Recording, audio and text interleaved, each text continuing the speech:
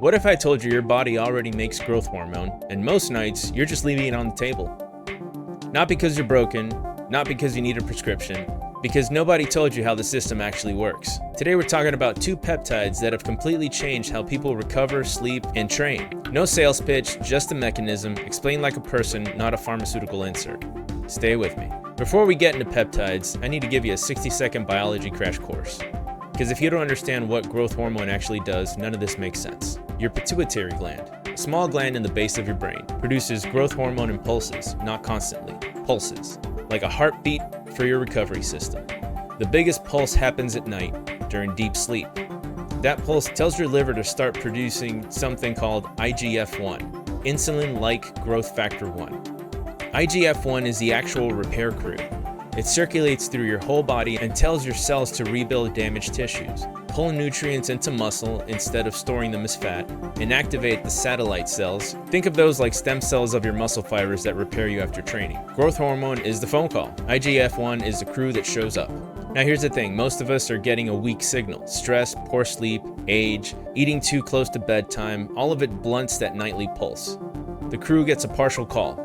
They show up short-staffed. That's the problem CJC-1295 and Ipamorelin solved. So let's break down what each one does. CJC-1295 is what's called a GHRH analog.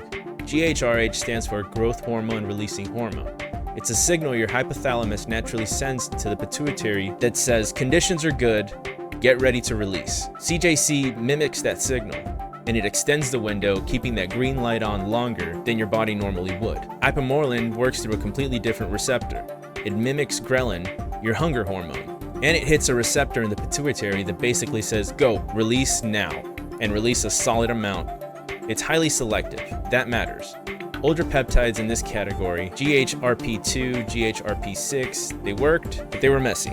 Cortisol spikes, prolactin spikes, hormonal noise that worked against recovery. Ipamorelin was developed specifically to avoid that. Clean signal, minimal side effects. Together, they're a 1-2 punch. CJC opens the window and holds it, Ipamorelin fires a trigger. The result is a GH pulse that's bigger and cleaner than what you would get naturally, but still pulse-based, still physiological. Your body's feedback loop stays intact. The last part matters more than people realize. I'll come back to that. Now let's talk about how to actually use this and why the timing is non-negotiable. Growth hormone and insulin are antagonists. When insulin is high after a meal, your GH is suppressed. They don't coexist. So if you dose peptides after eating, you're fighting your own biology. You paid for a pulse that never fully happens. The protocol is simple.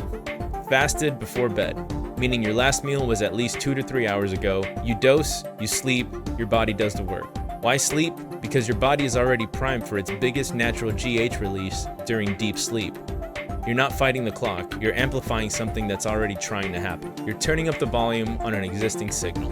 Now let's compare it to a completely different peptide, one that most people know about, Semaglutide. Semaglutide and CJC-Ipamorelin are not even in the same category. They don't compete because they don't do the same thing. Semaglutide is a GLP-1 agonist. It mimics gut hormone that tells your brain you're full and slows down your stomach emptying. That's it.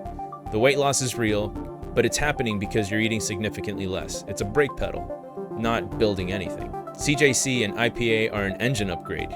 You're not suppressing a function, you're amplifying one. Here's a part nobody's saying loudly about semaglutide. When you lose weight fast without training, a significant portion of that loss isn't fat, it's muscle. And that muscle is your metabolism. Lose enough lean mass and you've made your body worse at staying lean long term. You're lighter on the scale and metabolically weak at the same time. CJC and Ipamorelin work in the opposite direction.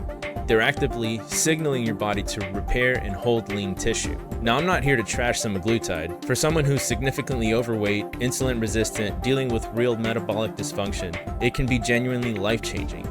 That's a legitimate medical use case. The problem is that it's being handed out recreationally to people who just want to drop 15 pounds without changing anything. That's a different conversation, a dangerous one. Know which problem you're actually solving. One that helps you eat less, the other helps your body do more. Those are not the same tool. All right, and I have to be straight with you on a few things before we wrap up. CJC-1295 and Ipamorelin are research peptides. They're not FDA approved for human use. I am not a doctor. Nothing in this video is medical advice. What I'm giving you is information so you have an informed conversation with a healthcare provider or at minimum understand what people are talking about.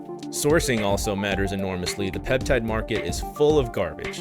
Underdosed, mislabeled, contaminated products, they're common. If you're going to explore this, look for suppliers who can provide a third-party COA verification, Certificate of Analysis. You want to see actual test results for the actual batch. No COA, don't buy, period. Side effects are generally mild. Some people notice water retention early on, mild tingling, or vivid dreams. These usually settle, but individual response varies.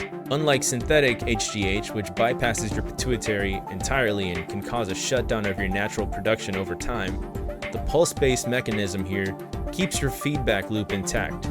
Your body self-limits, and that's a meaningful safety distinction. But it's not zero risk. Nothing is zero risk.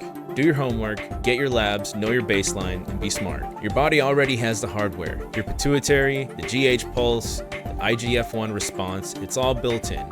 Most of us are just running at partial capacity without knowing it. CJC-1295 and Ipamorelin don't override the system, they work with it. They turn up the volume on what your body's already trying to do, and the exact moment that it's trying to do it. That's a fundamentally different approach than most of what you see marketed in the recovery and optimization space. If you want to go deeper on the sourcing side, COA verification, or specific protocol, drop it in the comments. I'll do a follow-up. And if this was useful, share it with someone who needs it. That's how this channel grows. Stay grounded and be blessed. We'll see you in the next one.